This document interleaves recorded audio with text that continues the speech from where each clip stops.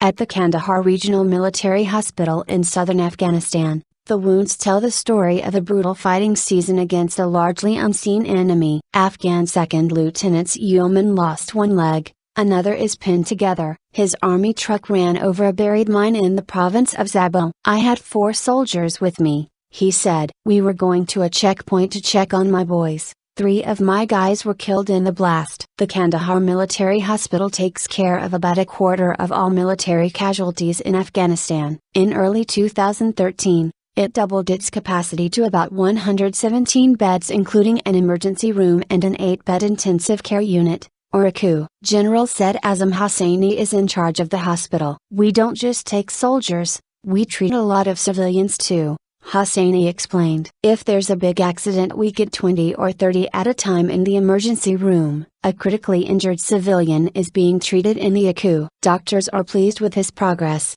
He's awake and speaking 24 hours after being admitted. Both legs have been amputated. He's another victim of a buried bomb, an improvised explosive device or IED. Most of our patients are victims of roadside bombs, IEDs, landmines, suicide attacks, but mostly landmines, said Hossaini. The Afghan government has stopped releasing official casualty figures for the Afghan army. A NATO official from the International Security Assistance Force, ISAF, says about 1,000 Afghan army soldiers have been killed and about 3,000 injured in the first 4 months of the fighting season, which began in late March. Hossaini said his hospital and other medical professionals were prepared for heavy casualties this year. It's the first year that the Afghan army is at full strength, and in the lead for the heavy fighting after ISAF transferred its authority in June. Continuing support needed. Just as the army is taking the lead, the Afghan medical professionals that support them are trying to do the same. That's why the facility doubled its capacity and keeps a full blood bank,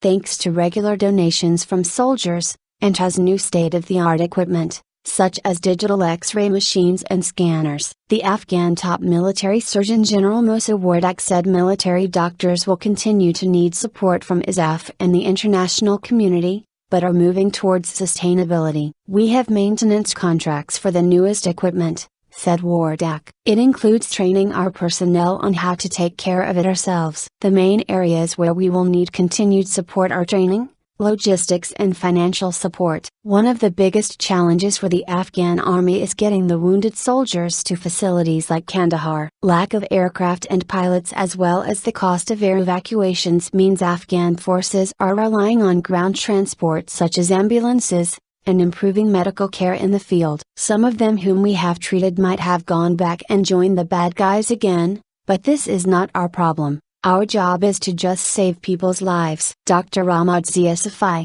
Kandahar Regional Military Hospital. Since we are doing most ground evacuations ourselves, we are putting more physicians' assistants and doctors in the field and where our units are, explained Hossaini. That way if there's someone injured on the battlefield, we can take care of them out there, and once they are stable they can't transfer them to the hospital. If an incident occurs during the day we use our own ambulances to evacuate the wounded, said Hossaini. But during the night, because of security, most of the evacuations are done by the ISAF coalition, although some are done by Afghan pilots. All the evacuations from here to Kabul are done by the Afghan forces. Caring for the enemy. On the day Al Jazeera visited, in addition to the dozens of soldiers and civilians in its wards, the Kandahar facility was also treating 4 injured Taliban fighters as well. 2 had gunshot wounds, the other 2 had wounds caused by IEDs. Dr. Ahmad Zia Safai said that he and the other doctors treat the Taliban like any other patient. We talk to them every day and we try our best to communicate with them because the Taliban have the idea that anyone who works with the army is an infidel. We want to prove to them that's not true. We tell them that we are all Muslims and we are not infidels, and we try to win their hearts and minds through our words, by educating them. When the Taliban patients are stable,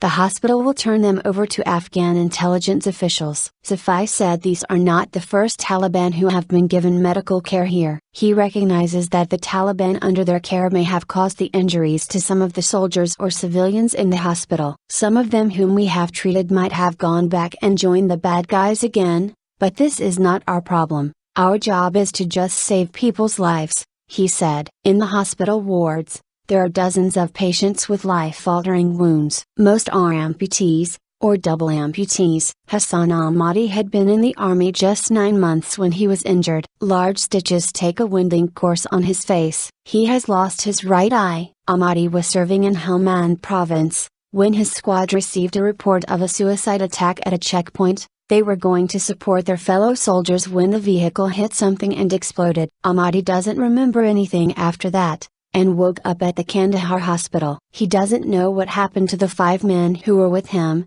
or how long it will take to recover. He says he's sure of one thing: he wants to go back to the army. "I joined to serve my country," he said.